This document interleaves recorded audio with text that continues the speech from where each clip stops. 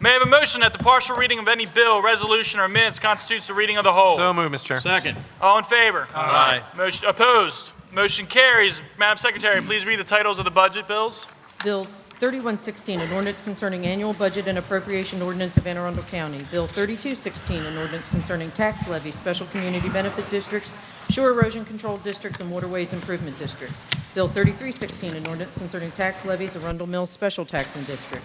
Bill 3416, an ordinance concerning tax levies, Dorchester Special Taxing District. Bill 3516, an ordinance concerning tax levies, Farmington Village Special Taxing District. Bill 3616, an ordinance concerning tax levies, National Business Park Special Taxing District. Bill 3716, an ordinance concerning tax levies, Village South of Wall Chapel Special Taxing District. Bill 3816, an ordinance concerning tax levies, Arundel Gateway Special Taxing District. Bill 3916, an ordinance concerning tax levies, National Business Park North Special Taxing District. Bill 4016, an ordinance concerning tax levies, Two Rivers Special Taxing District. Bill 4116, an ordinance concerning property tax and semi-annual payment service charge. Thank you, Madam Secretary. I'd now like to introduce the following people who will make brief statements on the budget from the county. We'll start off with the County Budget Officer, Mr. John Hammond.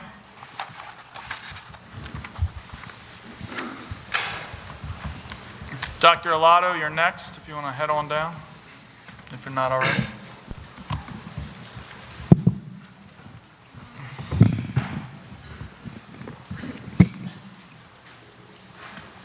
Good evening, Mr. Chairman, members of the County Council. For the record, I am John Hammond, Budget Officer for Anne Arundel County. Thank you for the opportunity to give a brief overview of County Executive Steve Shue's proposed budget for fiscal year 2017. The proposed budget funds the second year of the County Executive Shue's vision of making Anne Arundel County the best place to live, work, and start a business. This year's general fund budget totals $1,444,064,100, an increase of $77.5 million from the adopted budget for FY 2016, an increase of 5.7%.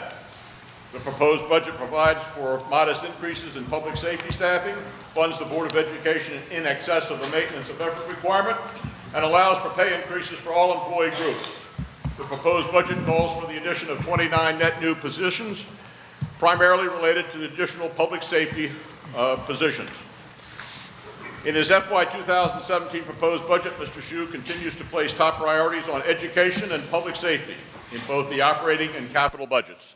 In the operating budget, with respect to education, the proposed budget provides $641.9 million of county funding to the Board of Education, which is $4.9 million above the state's maintenance of effort requirement, which is now slightly more than $8,000 per student. Additionally, $76.6 million is provided in the proposed budget for debt service on the Board of Education capital projects, $5.2 million for school resource officers and school crossing guards in the police department's budget, and $12.9 million for the state-mandated school health program provided by the health department. Overall, $736.6 million, or 51% of the county budget, supports the Board of Education's mission. Also, with regard to education, Mr. Shue's proposed budget provides for $40.4 million of county funding for the community college, as well as $20.2 million of county funding for the county's library system. With respect to public safety, the fire and police departments and the detention center operations consume the second largest portion of the county's budget, $277.1 million, or nearly 20% of the proposed budget.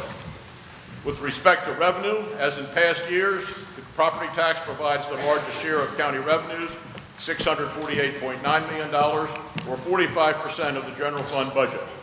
The proposed property tax rate is 91.5 cents per $100 assessed valuation, or 54.8 cents in the city of Annapolis.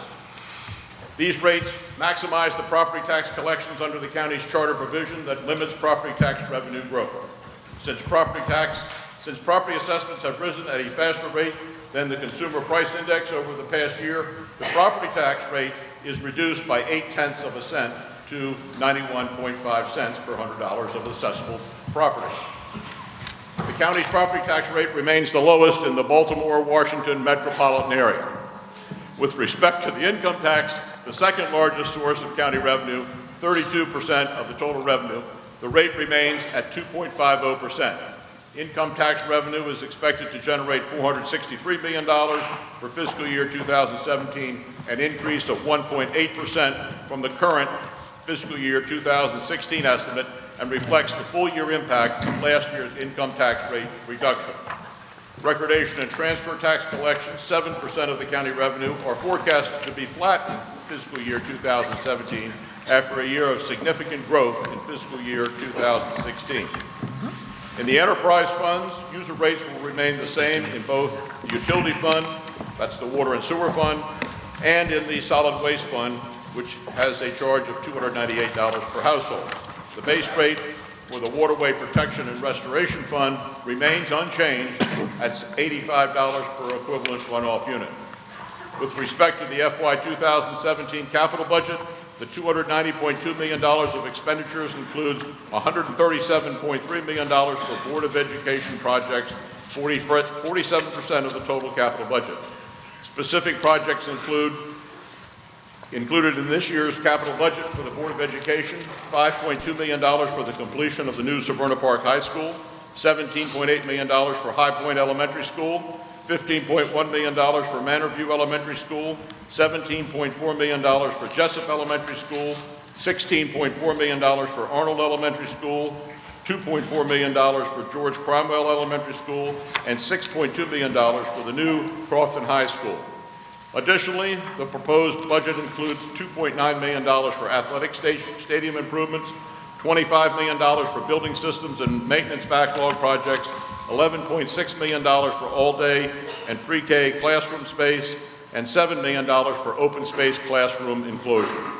Other projects included in the county executive's proposed capital budget include $16.7 million for information technology improvements, $10 million for the police training academy, $10.7 million for a central booking facility, $6 million for an upgrade of the public safety radio system, and $25.7 million for road resurfacing and reconstruction, and $10.9 million for a new community library in Annapolis, as well as $8.5 million for a new Riviera Beach community library.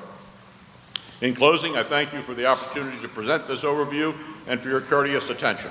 I look forward to working with you, the County Council, as we strike a budget to best balance the needs and resources of our county.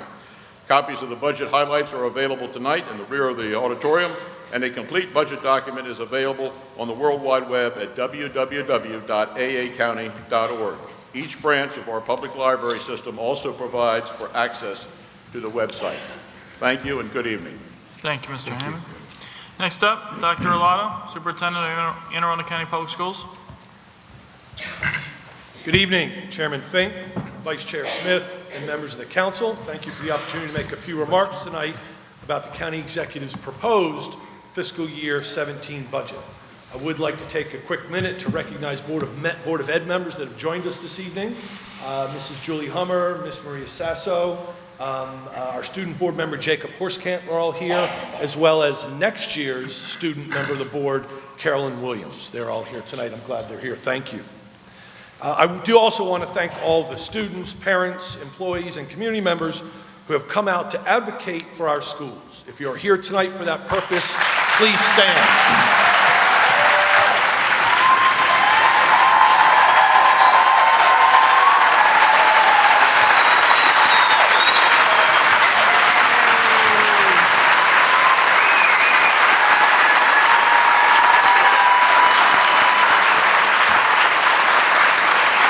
Thank you. Thank you for what you do every day. Thank you for your willingness to help make our school system truly awesome. Mr. Chairman and members of the council, thank you for your past and future partnership on our budget.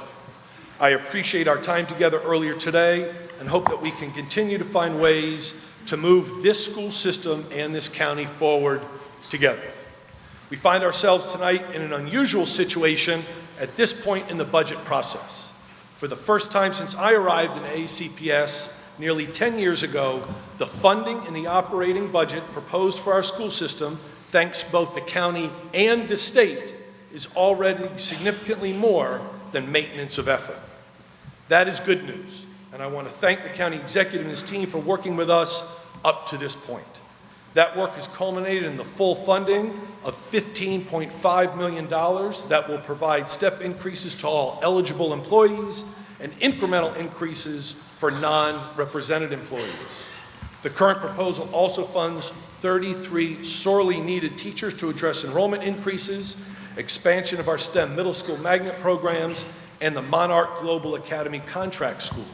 Additional custodial positions for the first time since fiscal year 2009, and critical resources for special education and non-English speaking students and their families.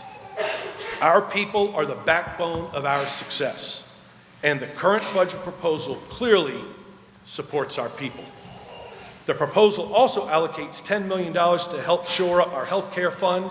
As I stated to you earlier today, we are unsure whether that will be sufficient by the end of the fiscal year, and we appreciate the county executive's willingness to monitor claims along with us as the year progresses and assist in any necessary adjustment at the year's end.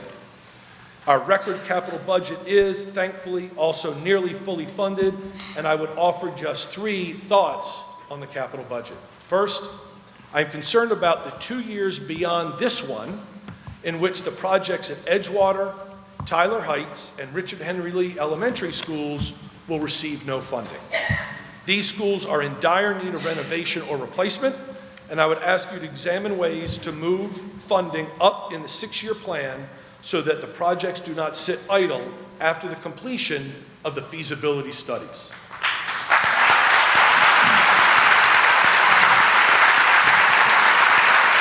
Secondly, I would request that you look at ways to fund the auditorium seating replacement line.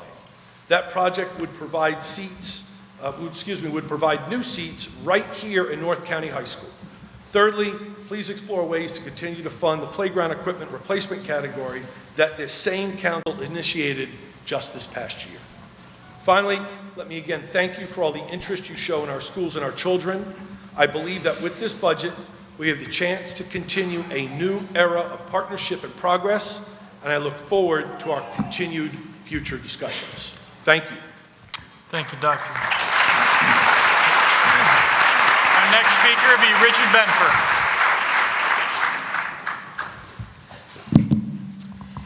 Good evening, Chairman Fink and members of the council. My name is Richard Benford. I'm president of the Teachers Association of Anne Arundel County. I'm speaking on behalf of the association and approximately 6,500 educators we represent. You already saw them all standing. They can do it again. I've spent the last 4 years building positive relationships and bridging the gaps between the central office and the educators across our county that has culminated in our Raise Anne Arundel campaign. Look for a hashtag Raise Anne Arundel to learn about that. In addition to finding ways in our healthcare plan where we were able, the Teachers Association has worked collaboratively with the Board of Education to make contracts more affordable in light of the lack of funding that seems to be a reoccurring issue year after year. After diligent negotiations between the Board of Education and TAC, we have been able to reduce the cost of our salary scale through restructuring. It appears that effort has finally begun to pay off, with the county executive including monies to cover the cost of contracts signed by educators across our county. We have made a good faith effort to help lower the overall cost of our educators' total compensation and still make enhancements to help keep the talented pool of educators that we have and attract the best and brightest coming out of our colleges and universities.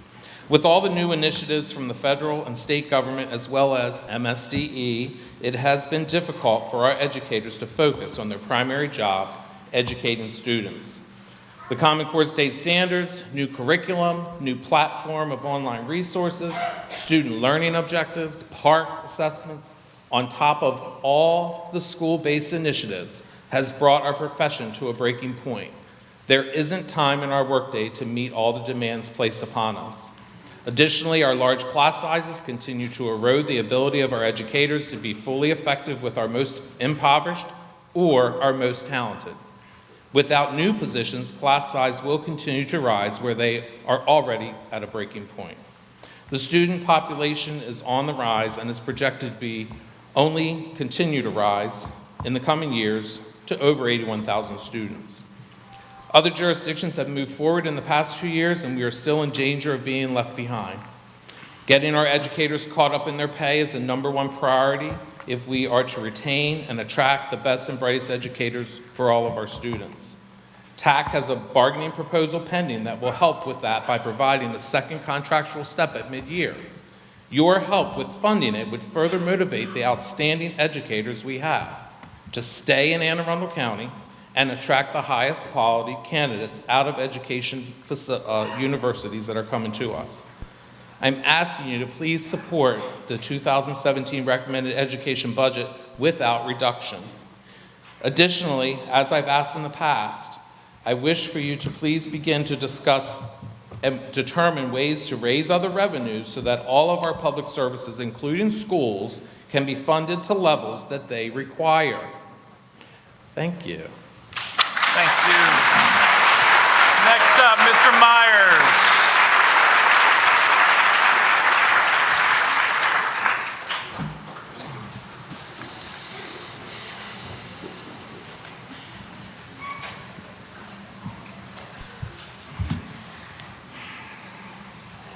Well, good evening, Chairman Fink and council members. For the record, I am William Myers, President of the Association of Educational Leaders, or AEL as we're sometimes called. AEL represents all school-level administrators plus coordinators and special assistants at the central office. We provide the leadership for every school in this county. We ensure all policies of the Board of Education are followed with fidelity. We maintain a safe and orderly environment for staff and students. We work tirelessly in collaboration with our teachers to promote student growth, both academically and socially. We do these things because we are compelled by a calling to make a difference, to help others, to live a life that matters. And because of this, you, the council, and the county executive have quite a unique advantage, because no matter how underappreciated or undercompensated we may feel, we will do our job. I applaud Mr. Hsu for his efforts to shore up the health care fund and to approve a one-step increase for those who qualify for a step. However, that statement for those who qualify in essence means all senior educators who have no steps left will not be compensated. If this holds true, that is not acceptable.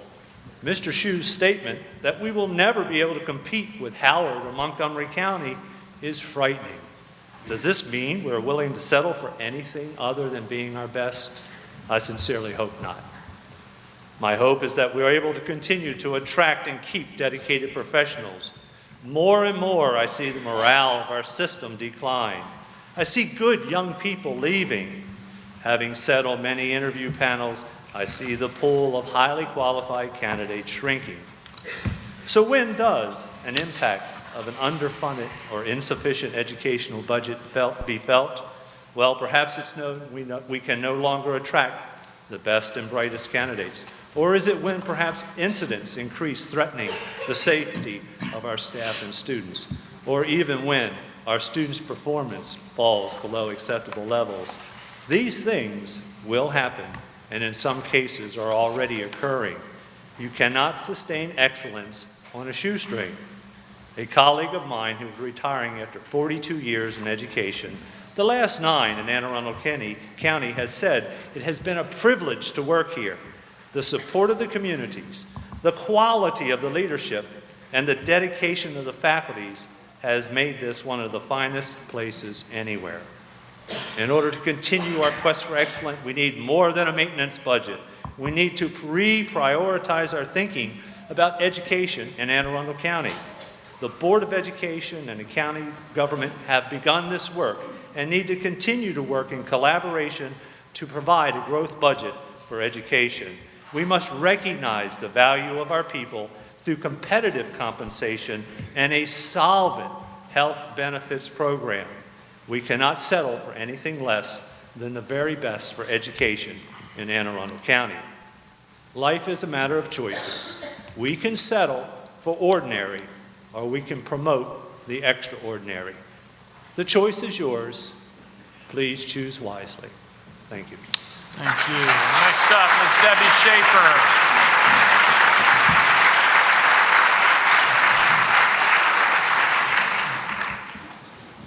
Good evening, Chairman Fink and County Council members.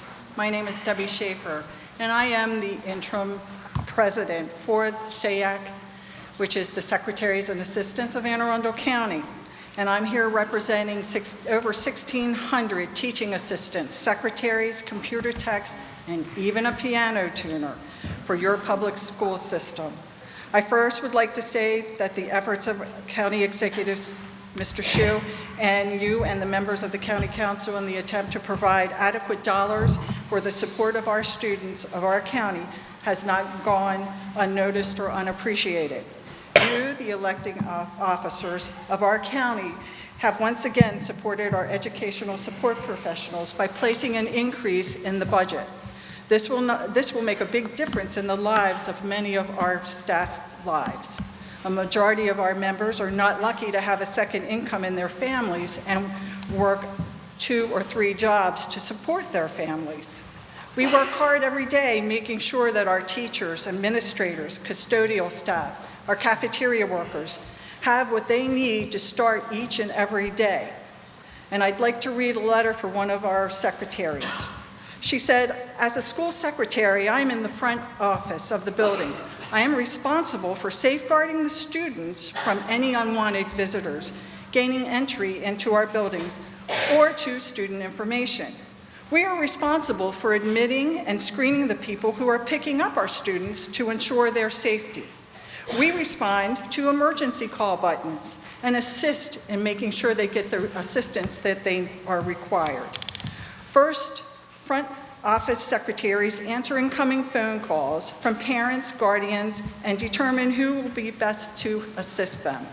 Secretaries maintain emergency information for the students and keep ready information for emergency situations.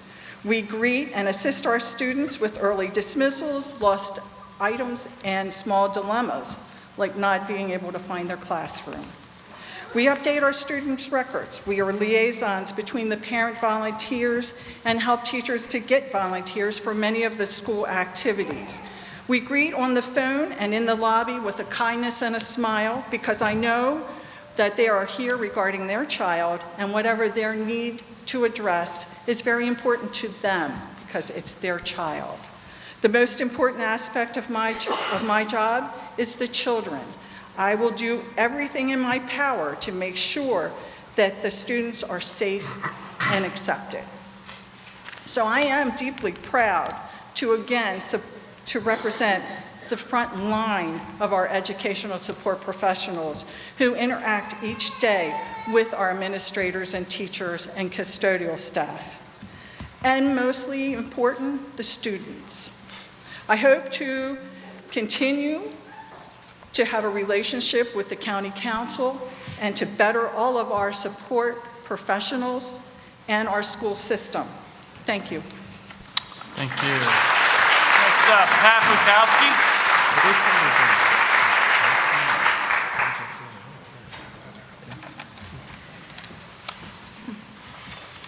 Good evening, Chairman Fink and members of the County Council.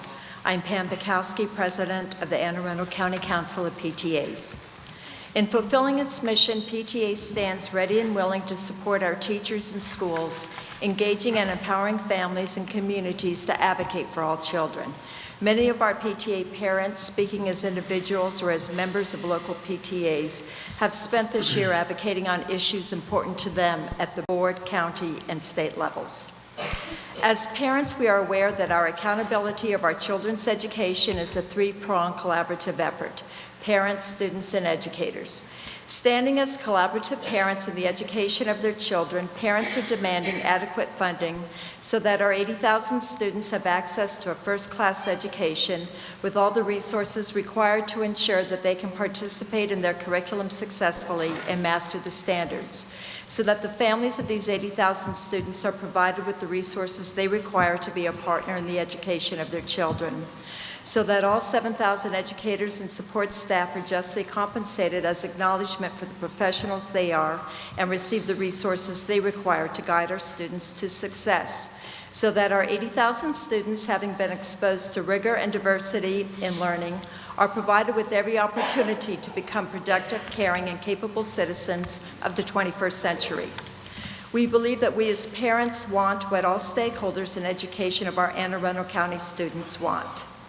We ask that the council support a budget for fair and just compensation for all school system employees. We ask the council to continue to follow the capital improvement priority list as delineated in the most recent MGT study. To that end, I bring to your attention Tyler Heights Elementary, Edgewater Elementary, and Richard Henry Lee Elementary.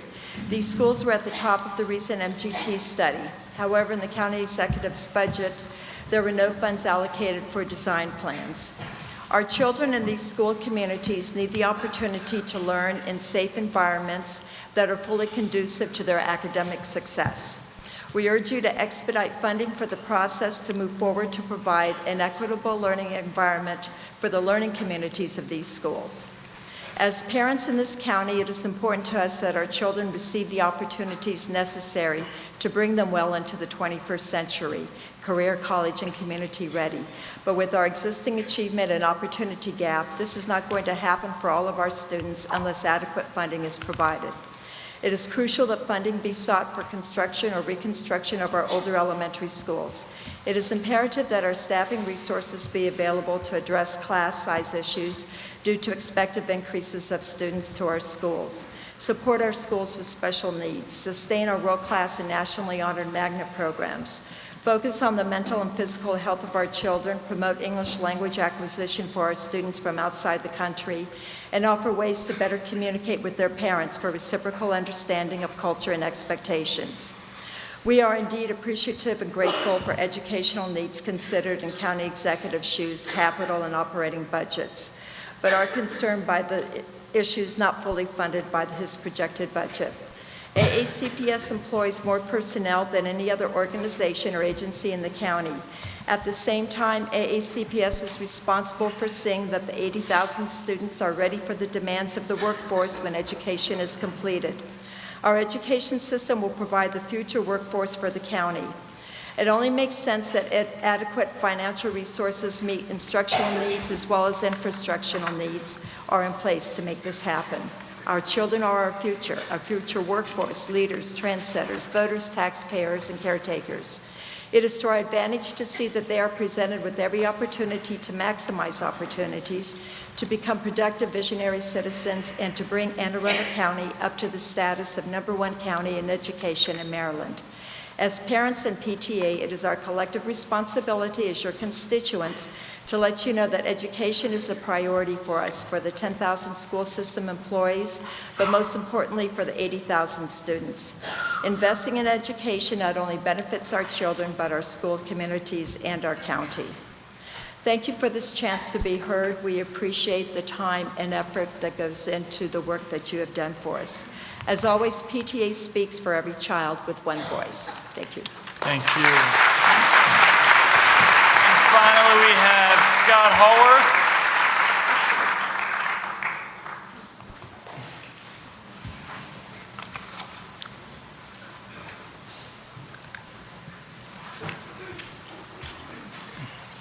Good evening, Chairman Fink, Vice Chairman Grasso, and members of the County Council. My name is Scott Howarth. I am a junior at Arundel High School, and I'm the president of the Chesapeake Regional Association of Student Councils. As the leader of our student body, I first want to thank you for your accessibility, especially Mr. Walker and Mr. Pruski. Learning from you has been a great opportunity. This has been a wonderful year in student leadership because there is so much going on in our community. Student exchanges with our leadership have been impassioned. The community is emotional. There's been tons of media coverage and things feel pretty heated. But that is because everyone involved in the discussion is truly interested in making Anne Arundel County a better place. The students speaking after me will address specific issues and line items. They also speak with the support and endorsement of our organization. But in the interest of time, I'll use my remaining 2 minutes to address a larger ominous debate that has erupted within our community and can't be allowed to taint the budgeting process. I'm speaking of the over-politicizing of education. There is no part of this budget that can afford to be used as a mechanism for political gain or party agendas. As elected leaders, it's your responsibility to make decisions on behalf of the larger community. They might be difficult and unpopular decisions, and those decisions might be in conflict with party ideals or campaign promises. The shifting of money from one account to another, as done with the health care fund, to ensure that we can afford the minimum legal school funding is kind of a shady move.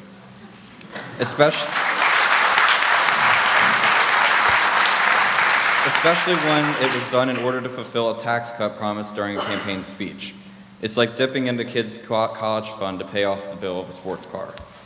The funding of certain schools like Crofton and Old Mill are important, but are they really more important than Tyler Heights, Hillsmere, and Richard Henry Lee? This action certainly doesn't seem to support the prioritization of the smaller community-based schools. Are we driven by the desire to add value to real estate in certain areas? Is this real estate value part of a long-term game to increase tax revenue so we can continue to provide consistent step increases and school nurses? I like that idea. Let's go with that. My point is, we all get it. I think the students of ACPS have demonstrated how closely we are watching and how much this all matters. I encourage you to act in a way that we can continue to watch and learn from. Thank you.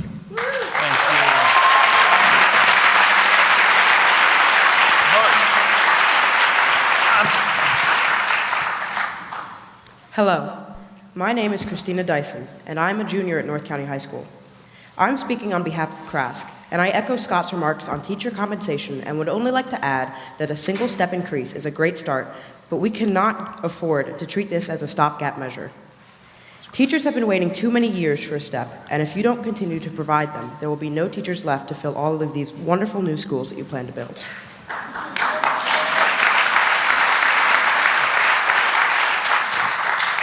In addition to steps, teachers also need relief from inflated class sizes. I'm sure you have heard the math by now. 2,000 kids divided by 50 teachers equals 40 to classroom. Divide the equation by 2 schools and you still get the same teacher-student ratio. But you have actually increased the expense because there are operating expenses associated with the addition of each new school. The new school construction may be covered by the capital budget, but computers, electric bills, paper towels, furnishing, library books, paper, art supplies, sports goods, grounds maintenance, cleaning items, desks, recycling bins, and even our beloved lunch ladies all fall under the operating budget. It has been said that maintenance of effort will cover the costs of running the new buildings, but does the projected enrollment for the next 6 years really suggest a growth that will cover the operating costs generated by the 6-year plan? It is also claimed that the operating costs will move with the students. So, referring back to that equation, the paper, soap, and books needed for 2,000 kids in one building can be evenly divided over to 2 schools. But what about the items that cannot be divided, like a principal, a media center, or a Xerox machine? It is also incomprehensible how anyone could prioritize building brand new schools when existing elementary schools have become trailer park campuses.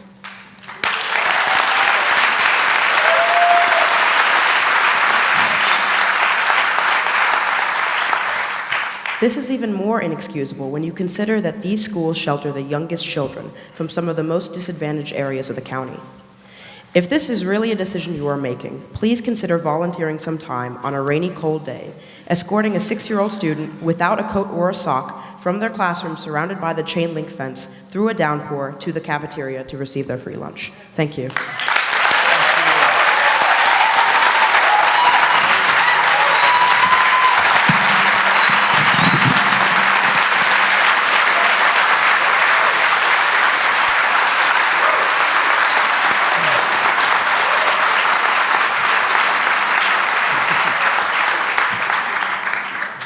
Thank you. It's all for you. Thank you, everybody. Good evening. My name is Jacob Baumgarten, and I'm also here on behalf of CRASC. My issues for testimony focus on school nurses. There are some crazy things swirling around the media about this, so as a student who might get a nosebleed or need an ice pack, I want to put some things out there for consideration. In a memo to this council that's also available online, Mr. Mark D. Hartzell, the Chief Administrative Officer of Anne Arundel County, states that the goal is to, quote, improve school health services, that school health professionals will be staying in our schools. There's discussion of privatization, partnerships, and an option that involves, quote, maintaining the status quo while addressing the various problems attendant to the program as it is currently administered, such as low compensation, lack of benefits, and no career advancements. This last segment seems like the best option to me, as school nurses are actually employees of the health department, which is a division of the county government. So yes, better compensation and benefits are completely within your power to improve. While considering other options, keep in mind the enormity of students who access school nurses for regular assistance. School nurses check blood sugar, dispense medications, switch colonoscopy bags, read medical charts, and sometimes even explain bodily functions. Additionally, students are faced with obstacles such as mental health and addiction. Nurses, just like school counselors, psychologists, and PPWs, are crucial to the overall wellness of the student body. Finally, I want to conclude with the acknowledgement that you guys have a really hard job. These are tricky times. You are making important decisions and setting into motion plans that could define our county in the long run. Our community needs people, not buildings, and we need more of them, not less. Education in the county as a whole needs to be funded with an eye on equality, not savings. Parties, politics, and allegiances and promises aside, it's time for us all to make the right decisions for the greater good. I'm a young person who's extremely eager to exercise my voting right in the next few years. When I get there, I want to check a box for somebody who has the courage to make responsible decisions over the popular ones, and it would be really great if that was you. And it would be even better if it started right there. Thank you for your time and the opportunity to speak here tonight.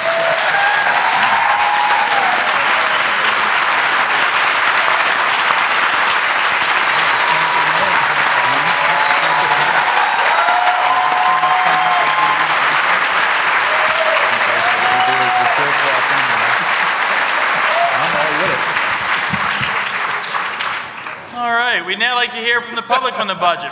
We're asking each speaker to please keep your remarks to 2 minutes. We do have a very loud, obnoxious sound that'll go off when you hit that 2-minute mark.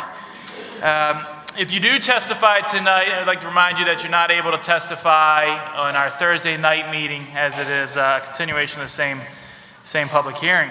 We also have Spanish language interpreters for anyone that's interested or needs them. We have them available.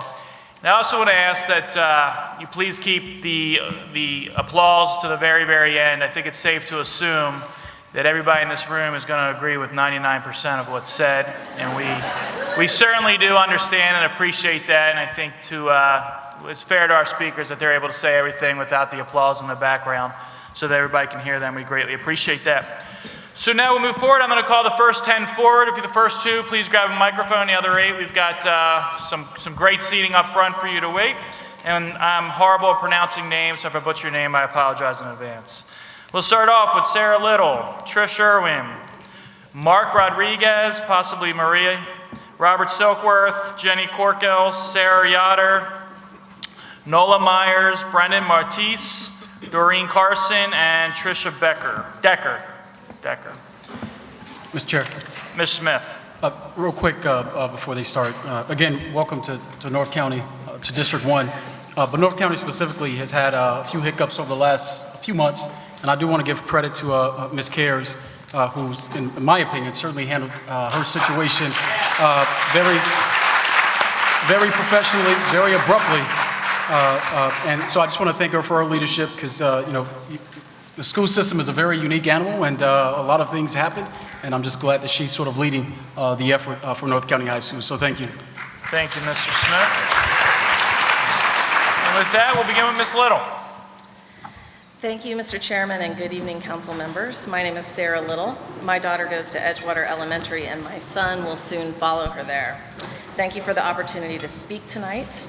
I was asked by another mother earlier if I was nervous to speak, and I said no, because the merits are on our side. The superintendent is on our side, and he supports construction of a new Edgewater Elementary. The Board of Education supports construction of a new Edgewater, and so too do many members of the County Council, and we are humbled by your support. The merits are on our side because the board and the council contracted with NGT to determine which school facilities are most in need of improvement. The board and the county council know that this final master plan determined Edgewater Elementary was most in need. Period. We are old, we are overcrowded, and we are officially the most dilapidated school in the county. Our children deserve an updated environment in which to learn, and after all, we have waited our turn. This is why NGT did the master plan, to prioritize need and remove the politics from the budget process. And yet Executive Shu's budget puts other schools ahead of Edgewater, both in funding and in construction timetables. His budget delays funding for a design study until 2020, putting construction of a new Edgewater well beyond that. How can this be? Why do we spend tax dollars on the study if we're going to allow politicians to ignore it?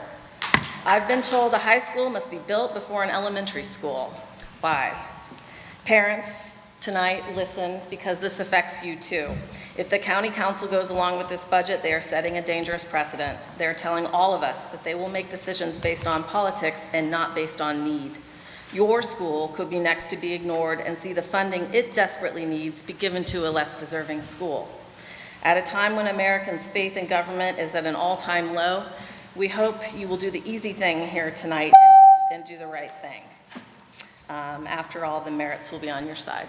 Thank you. Ms. Iwin.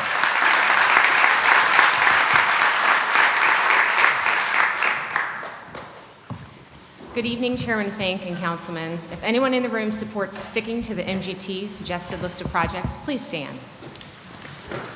My name is Trish Irvin. I'm a parent and a teacher at one of the challenge schools in Annapolis, and I also currently serve as the chair of the Annapolis Education Commission. As a commission that is a part of the city government, we take great care in the duty of serving as a liaison between the city, the Board of Ed, elected officials, as well as government agencies and non-government organizations. Our goal is to ensure equitable facilities, as well as equitable resources for the children attending schools in the Annapolis cluster. Last year, over $313,000 was spent on the MGT data-driven study. And just before the launch of the new MGT study, our county executive at a Board of Ed meeting described the MGT study as an innovative, methodical, and objective way to address school construction and refurbishment. Furthermore, Councilman Walker, you were at the same meeting, and you had stated that the MGT study had helped the council to make decisions with actual data and removed the politics associated with school construction. Sounds great. Parents, students, and teachers took a leap of faith when trusting that the study would help to set the stage for construction funding for the next decade. Now let's fast forward to 2016. This leap of faith has turned into a game of leapfrog that has put politics over hard data. I'm here to ask you, our leaders, to not allow this game of leapfrog to continue. And we all understand that Tyler Heights has immediate needs which need immediate attention. And prolonging this process by passing a recommendation that will allow for feasibility studies now, but then to have construction funding until 2021 is a disservice. Is this equitable to those children in the 14 relocatables outside of Tyler Heights Elementary? Here's an actual layout of the learning cottages, trailers, relocatables, even porta potties, whatever you wish to call them. One thing you can't call them is equitable. These children have the right to more adequate conditions for learning, and you're in a position to make a difference. The data is before you for the following schools: Edgewater, Tyler Heights, Richard Henry Lee, Porterfield, and Hillsmere. Data-driven decisions, we've got the data, and the taxpayers paid a lot of money to get an objective path Thank you, Ms. Irwin. The next two speakers, Mr. Rodriguez and Mr. Silkworth. And if Beth Jones is out there, if she can please come here. I'm sorry, Beth. Sorry, I'm a little tall. Hello, my name is Mark Rodriguez. I live at 502 Birch Drive.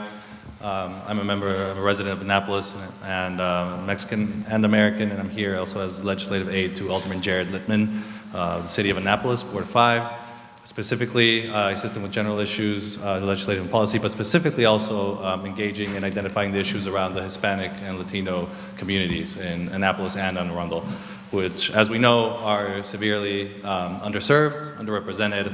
And I've had the honor of teaching in the classrooms. My mother and my aunt are teachers of Anne Arundel County Public School Systems, and I've had the pleasure of visiting Tyler Heights Elementary, meeting with the parents, with the students, and to understand the issues that we are facing today for new American families. There are three main things that I would like to address, specifically the limitation in access to education, the limitation in access to employment, and the limitation in access to healthcare.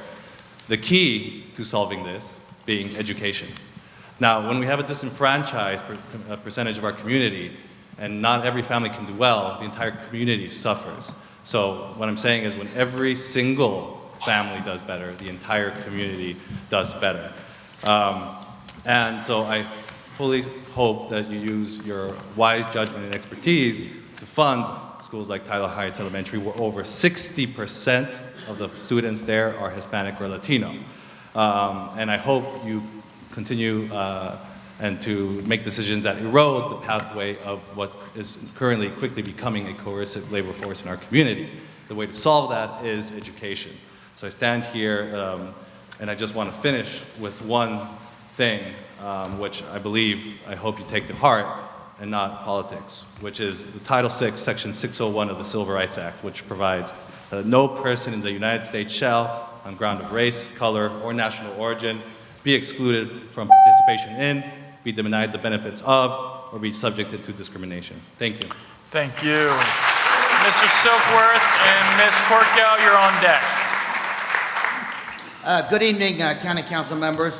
For the record, my name is Robert A. Silkworth, and I'm a 44-year veteran teacher here in Anne Arundel County, and I'd like to extend a very warm North County welcome to each and every one of you.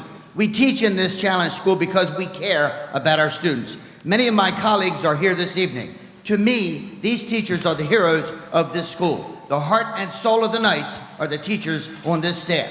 We are here this evening to ask that you fully fund the education budget and then some. So many of my colleagues have lost, over the past 10 to 12 years, salary steps amounting to thousands of dollars.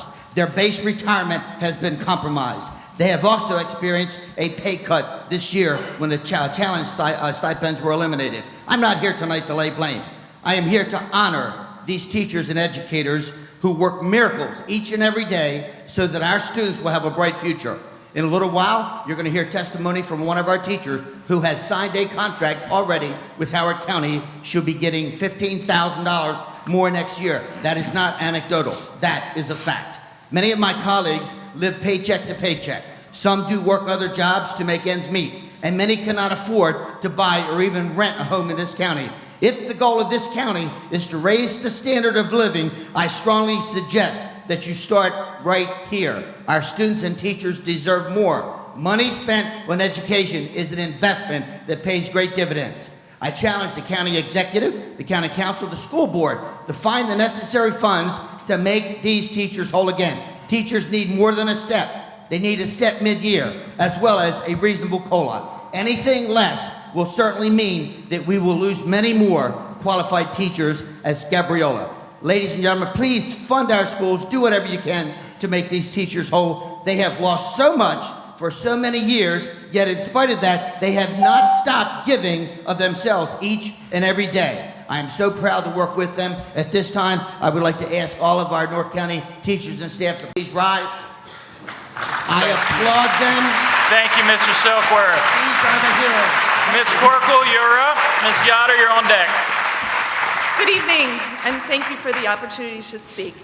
4 years ago, I stood before the County Council in a similar auditorium, asking the Council to find money in the budget to fund the replacement of Edgewater Elementary. It was widely known throughout the county that there were critical issues with the school building. We were told at that time that Edgewater was too far back on the priority list of the MGT study, and that in fact, it was not our turn. One county official stated that jumping one school over another on the priority list would be like opening a Pandora's box. So we waited, quietly and patiently, for our turn. Fast forward 4 years, hot on the heels of a brand new MGT study, a study in which Edgewater Elementary is slated the #1 priority in the county, the school with the worst building condition in the county, and the only school in the county with an unsatisfactory condition rating as per the MGT study.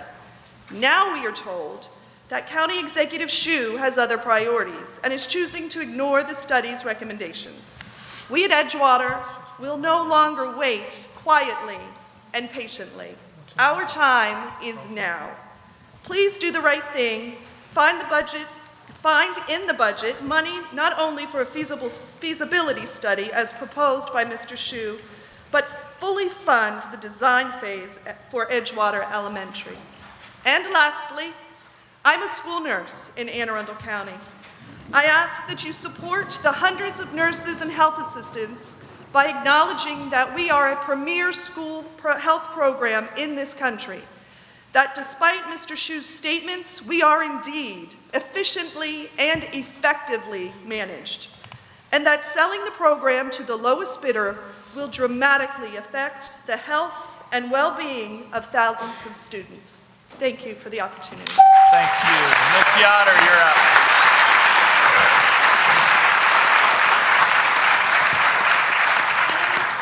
My name is Pastor Sarah Yoder. I have the privilege to serve Joy Range Lutheran Church, which sits almost directly kitty corner from Edgewater Elementary. I'm also a mother to Nicholas, a first grader at Edgewater. Over the years, my congregation has actively been connected to Edgewater Elementary, participating in the homework club, providing food for the weekend backpack program for hungry children, an angel tree in December to provide gifts, volunteers for the vision and hearing tests, and most recently a book voucher program to support reading at home. It is not unusual for a church to support educating community children. In fact, the very beginning of Sunday school started in the early 1800s to provide basic reading and other education instruction to the local children who were kept from regular school by employment in factories.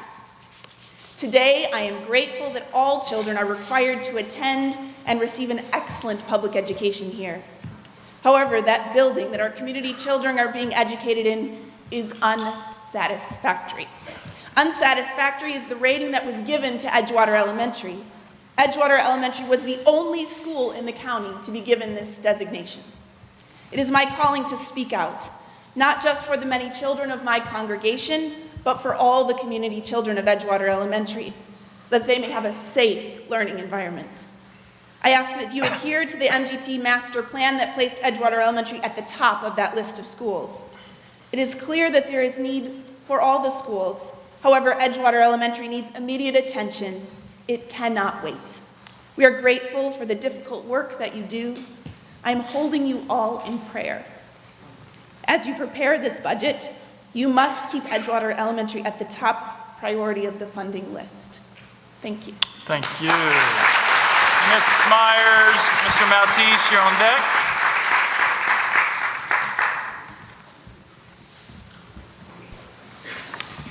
Good evening, Chairman and County Council members. I'm speaking out in reference to the fiscal 2017 budget proposal. In there was a line item proposed for $593,000 for summer school and home hospital teaching programs to have a stipend increase. By it being referred to as a stipend is misleading. I've been a home hospital teacher for 15 years now. This is my full-time job. This is how I pay my bills, put food on my table, and take care of my family. I work with students who cannot be in traditional school classroom setting due to medical, emotional, and discipline issues. My students would otherwise fall through the cracks of the system if not for the services that our department provides. Our department is small and consists of approximately 150 teachers to service over 800 students just last year. Students suffering from cancer, chronic illnesses, mental health challenges, bullying, suicidal tendencies, etc. We also service girls who are teen mothers who would otherwise drop out of school. In addition, we service students who are charged or convicted of community infractions who would probably never complete their education and be given the chance to turn things around if not for this program.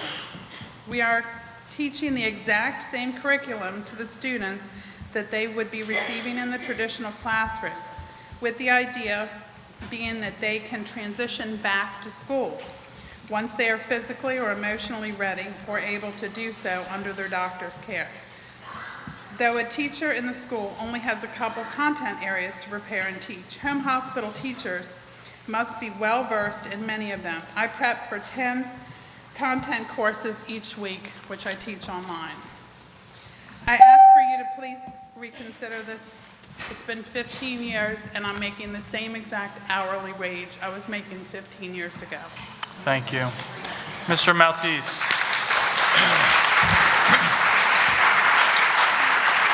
Good evening, members of the County Council. I'm Brendan Maltese. I was originally going to discuss the importance of approving the funding of a teacher step increase, as well as advocate for a mid-year catch-up step and a COLA. However, I decided to scrap that testimony when I looked more closely at the capital budget. I'm a band and strings teacher, and I spend a day and a half each week at Richard Henry Lee Elementary. where enrollment is currently 111% of state-rated capacity. To accommodate that overcrowding, my 80-string students learn on the stage instead of a real classroom. I'm forced to pack in up to 20 students per class with no space between the chairs. If you've ever played a violin before, you probably know that this is really bad for developing proper technique, since a full bow stroke puts my students at risk of having their eyes poked out by the person next to them. Needless to say, 9-year-olds don't have the best aim and spatial awareness. When I saw that Richard Henry Lee, Edgewater, and Tyler Heights all had their funding delayed in Mr. Shu's proposed budget, I was shocked. Here are some stats. Richard Henry Lee is an open space school enrolled at 111% of state-rated capacity with 55% of students receiving free and reduced meals. Edgewater is at 115% capacity, 35% meals, and they have unsafe drinking water, so I'm told. And Tyler Heights is at 136% capacity, with 91% of students receiving free and reduced meals, plus 14 portable classrooms. As a point of comparison, the schools which will receive relief from the opening of Crofton High School, which Mr. Shu has bumped to the front of the queue, are all under state-rated capacity and are between 12 and 18% free and reduced meals. This is an equity issue, and all of the data available to us points to these 3 elementary schools deserving the top priority recommended by the MGT study. A major goal of our school system is to close the achievement gap. The proposed school construction plan will only widen it, and I hope this council will be able to set us back on a course that improves the quality of education for our most vulnerable children. Thank you. Our next speaker is Ms. Doreen Carson and Ms. Trisha Decker. Is she still here? You can come up as well, I'm sorry. Ms. Carson. My name is Doreen Carson. I'm the school nurse at Severna Park High School. I've been a registered nurse. I've been in the health field for more than 40 years, and I've never been so impressed with the care, concern for the health and well-being of those we care for, of the upper echelon all the way down to the ground floor, the hands-on staff in the school buildings. I've never worked for a company that I feel truly cares about the health and welfare of their charges, as does the current regime in the health department right now. It is not just the bottom line for them. I've been with School Health since April of 2013 and have seen consistent progress in the efficiency of the program to allow the highest quality of care to our students. The level of training is the best I've ever received. There's an ongoing training and reinforcement long after the initial orientation period. They do everything in their power to make sure that the school nurses, LPNs, shared aides, and health assistants get superb training. They're also very concerned and supportive of their staff. I've never worked anywhere where the overall morale of virtually everybody in the entire staff is positive. I know we don't get paid what the mainstream nurses do, but we do so because we love what we do and who we care for, not to mention the fantastic health benefits program for the employees. When you love what you do and feel supported, it makes coming to work a good thing, and it makes somebody want to try to do their best and even go above and beyond what they have to do. It terrifies me to think of privatizing the program. I've seen changes in management many times over the years in the health fields, and I've yet to see that it's been a benefit for all concerned. I think that making the health department employees merit employees would be a much better idea. Thank you for your time. Thank you. Ms. Decker.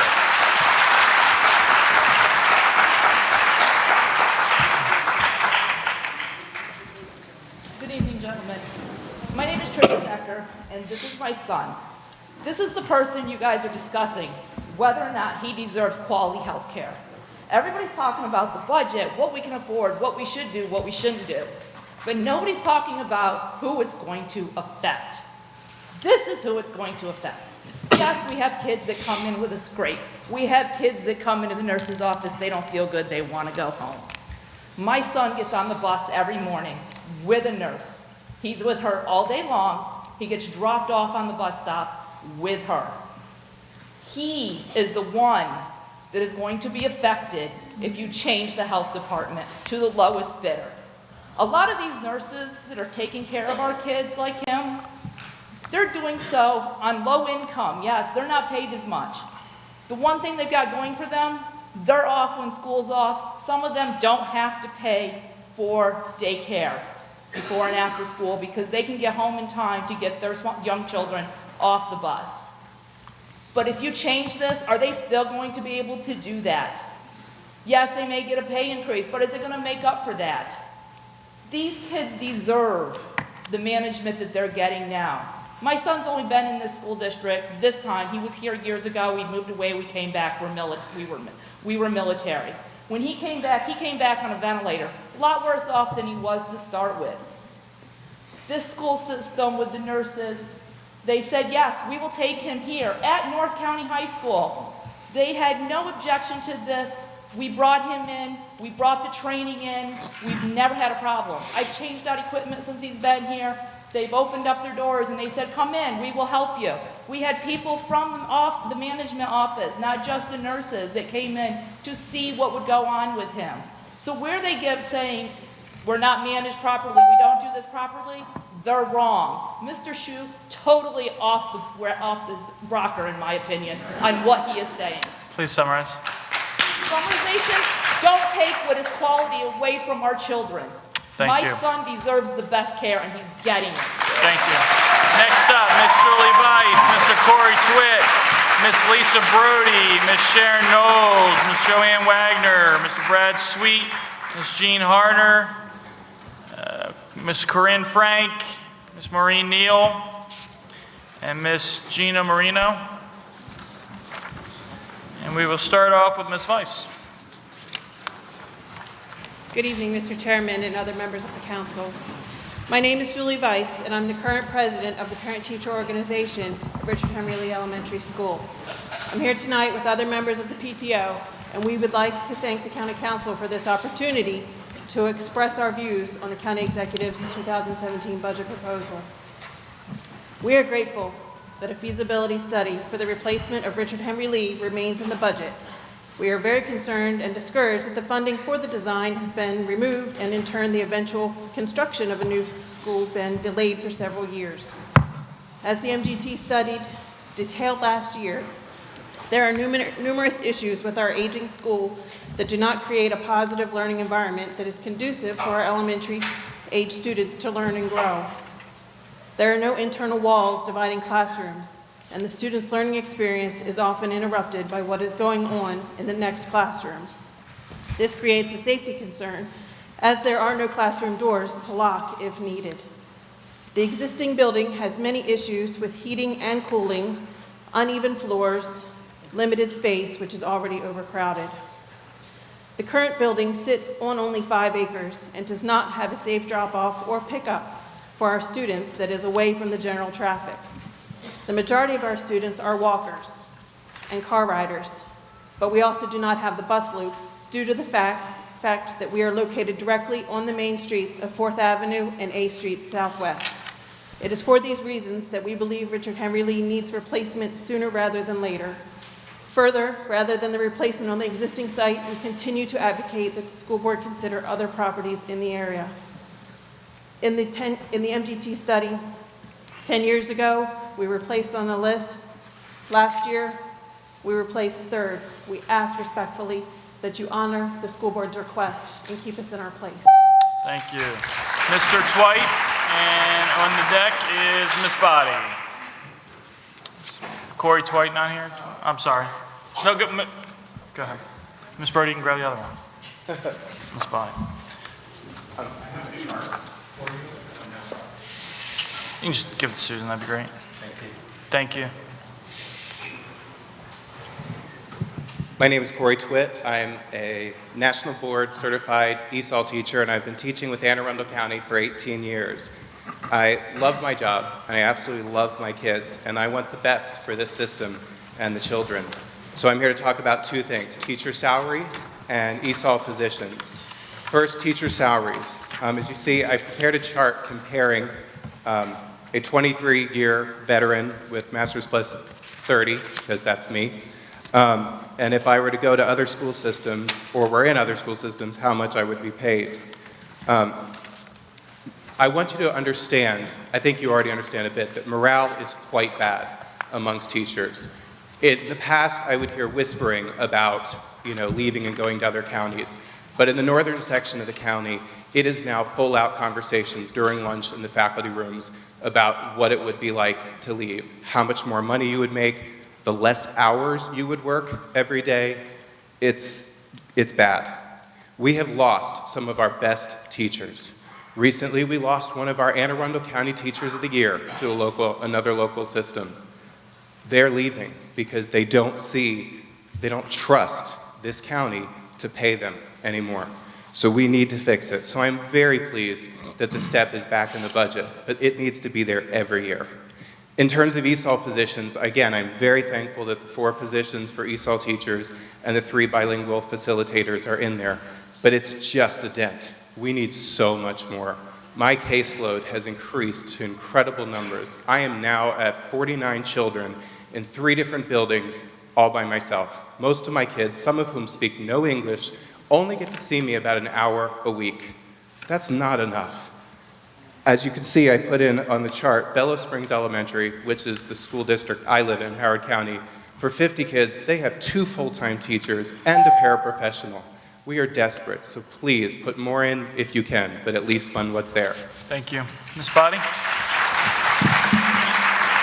Good evening, Chairman Fink and County Council members. My name is Lisa Bodie. I'm the PTA president at Arnold Elementary. First, I want to take a moment to publicly thank Councilman Walker and Mr. Reeder from Councilman Perutka's office for visiting Arnold Elementary and joining us in celebrating Arnold's designation as a Maryland State Blue Ribbon School.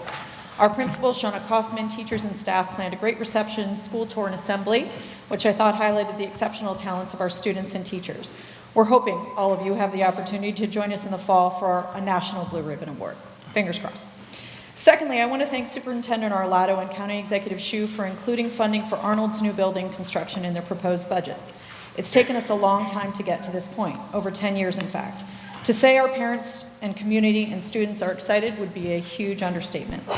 What struck me most about the Blue Ribbon ceremony at Arnold was the joy and pride our students and teachers felt about their accomplishments in their school and their work. I loved how each of the presenters addressed the kids and credited them with earning the award for Arnold. I want every child and teacher in the county to have the opportunity to perform well and be recognized for their efforts. Going to school in a safe, healthy, engaging environment that sparks their love of learning is a huge part of this equation, especially at the elementary level. Over a decade ago, the first MGT study gave Arnold's facility a failing grade and recommended replacement. Shifting priorities in politics pushed our project to 2017. Sound familiar? While we are grateful for where we are, we know we can do better for everyone else in the county. Going forward, we urge you to consider the current MGT study's recommendations and to fully fund the education budget put forth by Superintendent Arlato. Thank you. Thank you. Ms. Knowles, and then Ms. Wagner on the other side, please. Hi there, I'm Sharon Knowles. I have been a school nurse for 7 years. I did not take this job for the money. I took it because every day I help students stay healthy and safe in school. I love this job, and most of my coworkers here would say the same. Today, I looked at the county A to Z job listings on the website. Here are some of the jobs: accountant, drafting supervisor, naturalist, plumbing inspector, turf maintenance assistant. What do they all have in common? They get generous benefits, including a pension. They can have a normal retirement after 30 years or at age 60 after 10 years. Most of our school health staff, we're contractual. After 10, 20, 30 plus years, we don't get a pension. So many years of dedication, we get nothing to show for it financially. No offense to the naturalist or the turf maintenance assistant, but this needs to change. And so I applaud County Executive Steve Shue's effort to improve our compensation, but privatization is not the answer. Most of us in healthcare, we've worked for private employers, and we have left private employers because with a traditional employer, the bottom line is money, spending the least money possible. This always means cutting corners in patient care. Without the optimal care that we provide now in our schools, our students will suffer. We nurses and health assistants, we do so many things, but one of our vital roles is in school attendance. Our students with diabetes, asthma, and other chronic health conditions, They're not safe without our presence in schools. Our program works. Keep our staffing ratios. This is going to help keep our students safe. This is our #1 priority. And yes, improve our employment situation of all of our dedicated school health nurses, health assistants, our management, but don't privatize our program. Treat us fairly like the other county employees, from the accountants to the plumbing inspectors to the turf maintenance assistants. Please summarize. Thank you. Ms. Wagner? My name is Joanne Zoller Wagner. I've taught ESOL in the county for 14 years. I teach 27 students at High Point Elementary and 23 students at Marley Elementary. I have a total of 50 students. This year, I've been pondering a student behavior that I find curious. My students regularly pop out of their class or out of line to ask me, "Are you going to pick me up today?" Of course, because I'm at their school, the answer is yes, to which they respond, "Good," or give me a big smile. Of course, that makes me feel good, but I keep wondering, why do they keep asking me, "Are you going to pick me up today?" When I began teaching ESOL in 2002, I had 24 students. Because I tend to save files just about forever, I have the roster right here. I taught at Southgate Elementary School. Back then, I saw my students 4 or 5 times a week, and they never asked me, "Are you going to pick me up again, up today?" They just knew that I would. Then I had 24 students. Now I have 50 students. I see each of my 50 students twice a week for 30 minutes a session. In fact, most ESOL teachers in the county, as Corey mentioned, have 50 students and see their students twice a week for 30 minutes a session. I think I finally figured out why my students ask me these days, "Are you going to pick me up today?" They're looking for reassurance that I'll be teaching them that day. They want and need English language support, and they can't get enough. I hope that you'll support the superintendent's and county executive's request for 4 additional ESOL teaching positions. We sure could use more than 4, but we do need those 4 more ESOL teachers. Thank you. Thank you. Mr. Sweet, followed by Ms. Harner.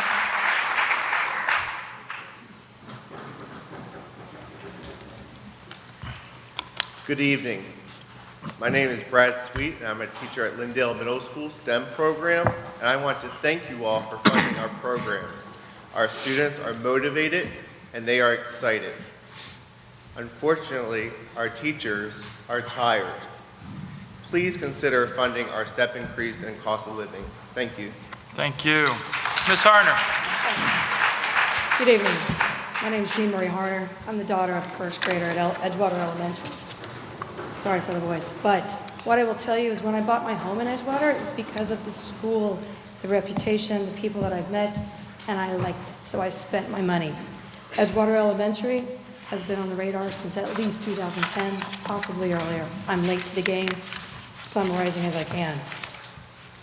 6 years later, you're still talking about a feasibility study. 6 years later, you're saying construction's going to happen somewhere down the road. That's got to stop, guys. It's just got to stop. As you've heard tonight, obviously, the MGT study placed it at the top of the replacement list. No politics in the study keeps popping up as a quote across the board. Don't know what you're going to do to get rid of the politics, but you just got to do it. The school physical plant has not changed. Band-aid measures are not changing the problem. We have a 63-year-old facility. It is subpar, not acceptable. It is currently 120% capacity. 8 more years of overcrowding, portable trailers, fans in the cafeteria, bottled water. Water testing twice a month when we're not even using the water. Not acceptable. Hopes and dreams that the HVAC system's going to hold out for 1 more season, not acceptable. I tell my 6-year-old she needs to empty the dishwasher and put the dishes away. She does a subpar job. She's hoping she won't have to do it again. She's figured out she's going to do it again. You need to figure out how to get this school on the board because it's not there. It's not acceptable. Don't push it away because you're still going to have to unload the dishwasher. So, thank you. Please take care of the students. That's why we're all here. Thank you. Ms. Frank and then Ms. Neal.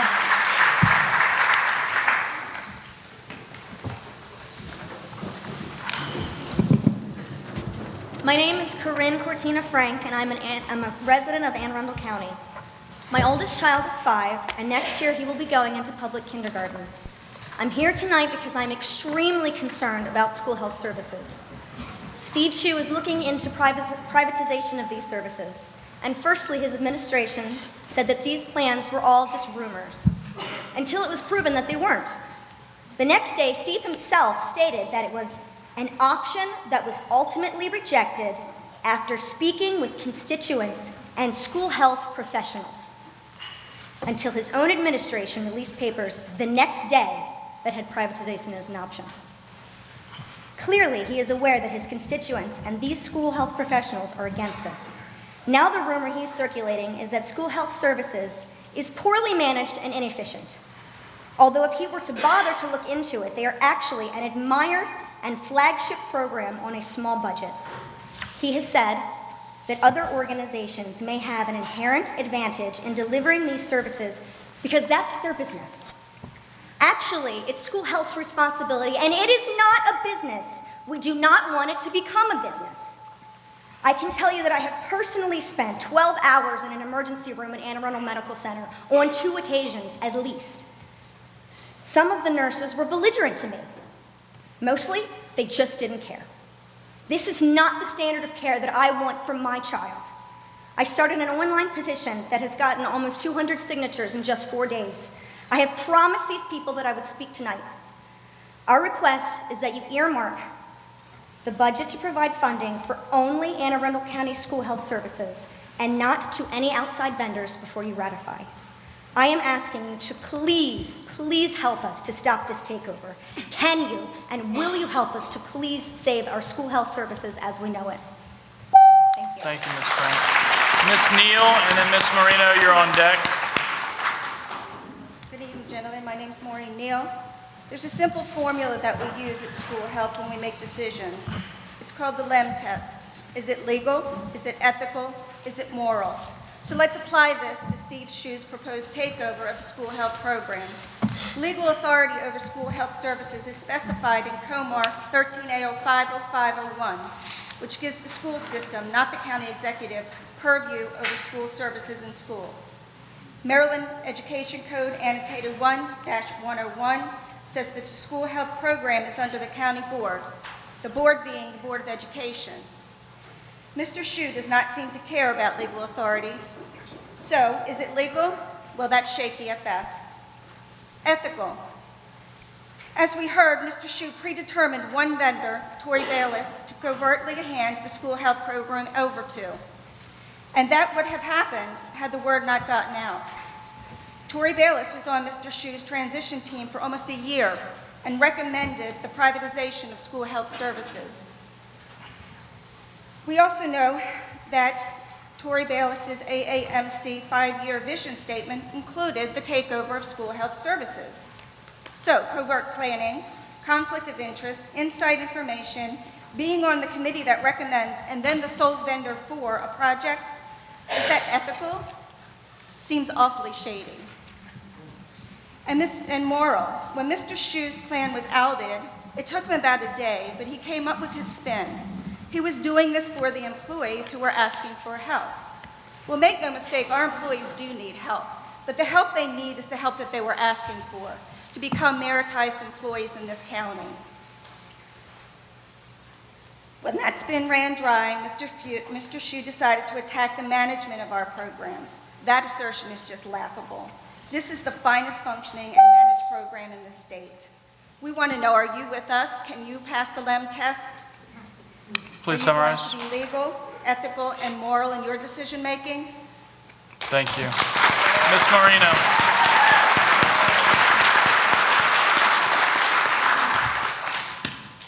I stand here tonight, not as an employee of Anne Arundel County School Health, but as a private citizen and a mother of 3 school-age children. Currently, most of the staff that work for school health are county contractual employees. They work for very little compensation. The people I've worked with in school health are the hardest working, most passionate people I have ever encountered. They're not there for the money, they're there for the kids. It's being said that privatization is being looked at because it will provide better pay and benefits to staff, while cutting costs at the same time. Huh? How can you cut costs and increase pay and benefits without cutting the workforce? What these employees actually want is county merit status, not privatization. They want to be eligible for step increases in their pay. They want their years of hard work and service to mean something. The efficiency and effectiveness of the supervisory staff has also been called into question publicly. Let me just inform you of a few of the accomplishments of that management from this past year. We have designed and successfully implemented an electronic medical record for health assessments to be used in our schools, created an efficient, no-cost method to report statistical data, which allows supervisory staff to analyze the specific needs in each area of the county. We've participated in a comprehensive quality assurance review to ensure that the increasing needs of the children in the county are being met using best nursing practice. And my favorite accomplishment, Anne Arundel County School Health is the first school health program in Maryland to apply for and become an approved training entity under the Maryland Overdose Response Program. And the naloxone protocol and procedure were developed, and there has been stock naloxone placed in every school in the county. It has only been in place a few weeks and has already saved a life. These things don't sound ineffective and inefficient to me. Thank you. Our next group of speakers, Janelle Conley, Gabrielle Joseph, Daniel Fitzgerald, Lisa Van Buskirk, Danny Levin, Laura Carter, Jacob Bergenet, I'm sure I butchered that, Scott Harthorn, Christina Dyson, and Beth Nolan. And we'll start with Ms. Conley, followed by Ms. Joseph, and take a podium as well. Hello, my name is Janelle Connolly. I have a student at Edgewater Elementary. I'm here to implore you to follow the MGT study. I wanted to mention that the Board of Education has listed Edgewater Elementary as its 19th priority in the budget. They've listed Tyler Heights as its 20th and Richard Henry Lee as the 21st priority. Despite that, they were not fully funded for the design phase, but the priorities listed under them in the amount of $12,265,000 got funding, including an education or the athletic facilities that I believe were listed at 31, their 31st priority, and received $2,950,000 of funding despite only requesting $2 million. I understand that they want to build a high school. I understand that that apparently is a higher priority than following the study. But these students are in schools that aren't adequate. And they're not being, I'm sorry, I'm not sure how to say this. Nobody's taking it serious. No one's going to put more money in to fix the school in the meantime. But the school construction just keeps getting moved back. In 2010, it was feasibility study and design in 2014. And then in 2011, it's like, well, we'll do it in 2015. And then in 2012, I don't think we even made the budget, or the Board of Education recommended, but the executive didn't approve us. It is time for these kids to get a school where they're safe and where they're healthy and where they can actually learn. And it is unfair to keep putting them off any longer. Thank you. Thank you. Ms. Joseph. Good evening, County Council members. My name is Gabriela Joseph. I have been a Spanish teacher for 3 years in North County High School. Good night. I have been living for 7 years in the U.S., 5 of which I have been back to school because when I relocated to this country, they told me that my Mexican credentials weren't good enough, and because I cannot see myself doing anything other than teaching. Currently, I am in grad school at UMBC. I have a final exam tomorrow, and I should be with my study group now, but I chose to be here because it is important that you hear what I have to say.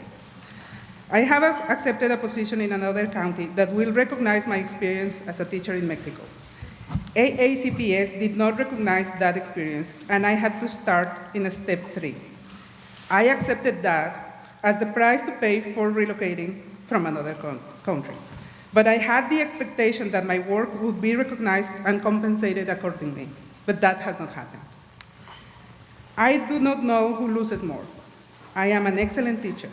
I bring knowledge, experience, my culture, and much needed diversity to the classroom. And now you are losing me. But I am also losing. I am losing an extraordinary world languages team, and I will certainly miss my colleagues and, of course, all my students. We all know that teachers are not there in it for the money, but fair compensation is the least that we all deserve. I do not feel that the county has taken care of me as a teacher, as I have cared to be professional and have gone above and beyond for the student in this school. I don't feel that the county has taken care of me as a teacher. That's why I'm leaving. Thank you. Thank you.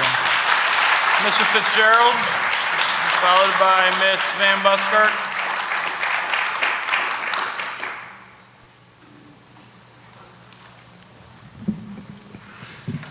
Hey, my name is Daniel Fitzgerald, and I'm the STEM teacher at North Glen Elementary School. I'm here with Jean Farr, one of our 5th grade students, to talk on behalf of the Triple E program and how much of an impact it has made on our school and learning environment, and to thank you for the funding you provided. Through project-based learning, we've seen a huge increase in student engagement and excitement, and with that comes the drive to learn and explore more. Also, with this new creative and collaborative environment that we've aimed to build, students are able to express themselves and bring their own skills and experiences to the table. I asked for Gene to be here because he helped us design the current project that his class is working on, and I thought there would be no one better to speak on it than him.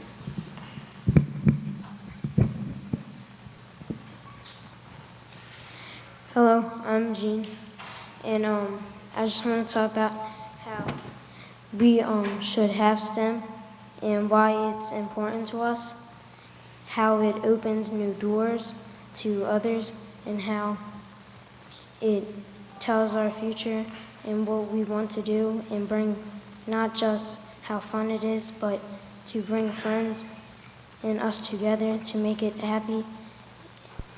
And with all the stuff we did, that just makes it fun.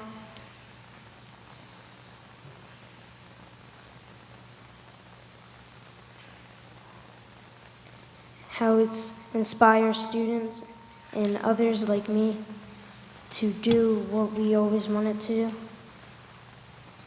Thank you. Good job, Jean. Thank you.